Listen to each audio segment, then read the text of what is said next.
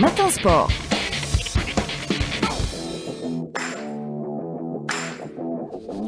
À 7h20 sur Alger, Chien 3, Matin Sport, les amis, avec vous, Mohamed Djibour, bonjour. Bonjour. Et on commence avec l'haltérophilie et cette belle moisson.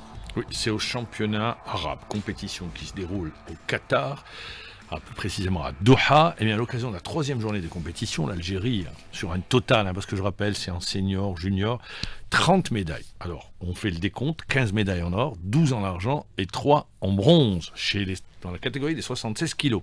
Nihed Bellounis a décroché 3 médailles en or chez les seniors. Djabri Ayoub, chez les 80 kg, c'est adjugé 9 médailles en argent, 3 chez les cadets, 3 en junior et 3 en senior.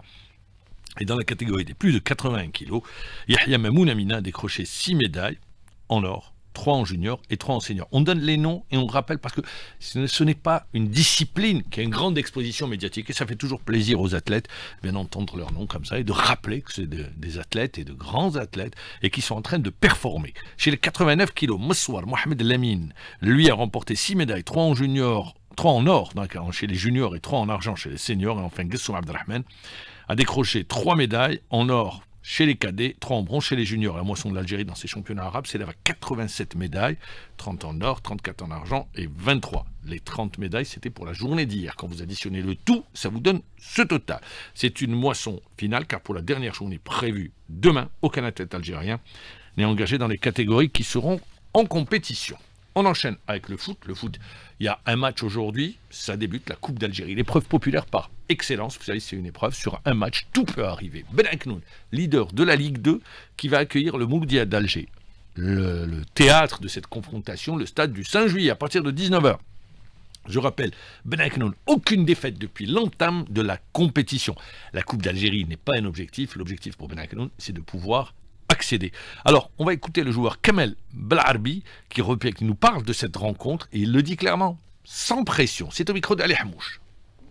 Match تاع لا كوب هذا اون بريبار سون بريسيون كوم تو لي زوتر ماتش حاجه مليحه في لا كوب عندها سيرتا شارم اللي ما كانش فافوري في لا كوب دونك راح ندخلوا سيرتينمون ندخلوا باش نربحوا اون فا تو فير بور لا كاليفيكاسيون ان شاء الله و لو ميور كان بيان سور سي توجور بيان تلعب كونتر اون كروند ايكيب من تعطي بون ايماج بور ليكيب ولا بور لي جوار بيان سور هادشي يحفز اللاعبين انا داخلين سون بريسيون لا بريسيون اي بوكو بلوس سور لو كون ادفيرس حنا كنا دايرينها بونيس مي اون فا تو فير بور لا كاليفيكاسيون و aller le plus loin ان شاء الله.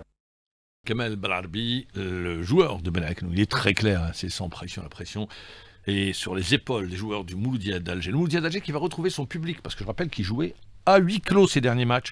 Et pour le Mouloudia d'Alger, finaliste de la dernière édition, ils avaient été battus par le CRB, c'est d'assurer la qualification pour le prochain tour, avant de retrouver la compétition africaine en se déplaçant en Mauritanie pour affronter les Hillel du Soudan. Déplacement au match prévu le 5 janvier prochain. Sur ce match d'aujourd'hui en Coupe d'Algérie, Mohamed Khazalouni, le manager général, il est au micro de Lotfi Benidir. C'est un match de coupe, il n'y a pas un petit, il n'y a pas un grand, donc c'est un match équitable que l'entraîneur va mettre l'équipe qu'il faut pour entamer le match directement et après شحال من مقابله ما لعبناش بلي سيبورتور دونك ان شاء الله لو روتور تاع الانصار تاعنا اللي راح يعطينا دعم ان شاء الله نكونوا على اوتور ولي جوار راهم على بالهم باللي المهمه ما سهله راح تكون صعيبه دونك ان شاء الله الفريق راح يكون على اوتور وان شاء الله راح تكون مقابله كبيره ما بين فريقين يلعبان الادوار الاولى. Mohamed Khazalouni, le manager général du Mouloudia d'Alger. La Coupe d'Algérie, ça débute aujourd'hui. Ça se poursuit jeudi avec JS Saoura USM Khanchla. Donc une équipe de Ligue 1 restera sur le carreau. Il y avait le match entre Arbou et le CS Constantine qui était prévu mercredi, a été reporté du fait du match de Coupe de la CAF prévu dimanche pour le CS Constantine. Je rappelle la Coupe d'Algérie, ça débute aujourd'hui. Ça se poursuit jeudi, vendredi et samedi pour ces 32e de finale de Coupe d'Algérie. On va enchaîner avec l'Italie. L'Italie, avec tout d'abord l'Inter qui s'impose 3-0 contre Cagliari, qui reste à la deuxième, l'Inter qui rejoint l'Atalanta qui a fait match nul contre la Lazio. Napoli a battu Venezia et puis rappelons qu'Ismaël Benassar a rejoué, il a fait son entrée, ça c'est une bonne nouvelle, à la 46e minute, lui qui est blessé depuis la dernière Coupe d'Afrique des Nations, c'était en Côte d'Ivoire au mois de janvier dernier, un but partout, mais après ce match, Fonseca, l'entraîneur du Milan AC, a été tout simplement limogé.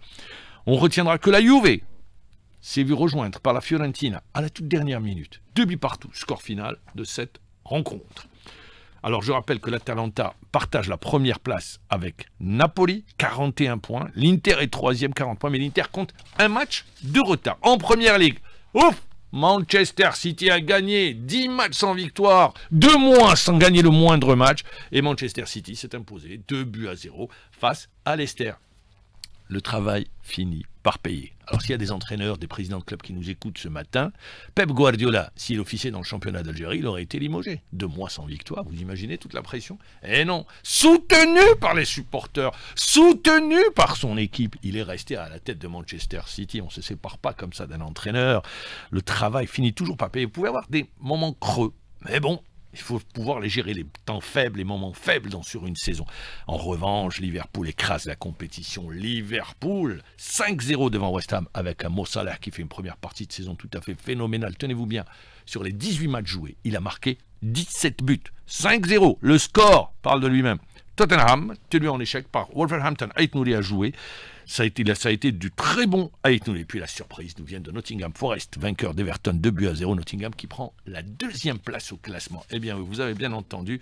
Liverpool qui compte un match de retard, 45 points. S'ils gagnent ce match de retard, ils pourraient le porter leur avance à 11 points sur Nottingham Forest qui compte 37 points. Je rappelle qu'Arsenal également compte un match de retard avec 36 points. Donc c'est un classement provisoire. Voilà donc pour les championnats d'Angleterre. Et je vous le disais hier, on allait revenir sur les mesures, je dirais les mesures qui ont été prises et initiées, oui, il faut le rappeler, lors d'un conseil des ministres par le président de la République, qui avait dit, lors de ce conseil, au ministre des Sports, les entreprises publiques ne sont pas là pour assurer des salaires. Les entreprises publiques à qui nous avons affecté des clubs sont là pour le développement du football. Le développement du football passe, la première des choses, par tout d'abord une organisation au niveau des clubs. La deuxième des choses, et ça c'est la plus importante, et notamment, il avait insisté sur cet aspect, on l'avait dit, répété, c'est les centres de formation. Ça commence à voir le jour. On est au balbutiement, pour ainsi dire. Seul club, pour le moment, qui a vraiment un centre de formation, c'est le Parado Athletic Club. Le CRB, je vous l'annonce, il est en construction. Déjà, les terrains ont été aménagés. Il devrait y avoir du côté de Guet-Constantine. L'USMA, c'est terminé. Le Mouloudia d'Alger, bien oui, ça y est, ils ont leur centre. Donc, aller vers les centres de formation, ça, c'est la priorité. Également, avoir une photographie ou aller chercher le talent là où il se trouve, c'est-à-dire à travers tout le territoire national. Deuxièmement, plafonnement des salaires, ça c'est très important, ça permettra de faire des économies. Maintenant, si on veut ramener, je donne un exemple, un joueur d'exception, eh bien, il faudra que les sponsors mettent la main à la poche. En d'autres termes, les dirigeants doivent trouver de l'argent. Donc, plafonnement des salaires à 250 millions et selon des critères, puis de nouveaux contrats seront mis en place. Toutes ces mesures verront le jour lors de la prochaine réunion qui aura lieu au mois de janvier prochain.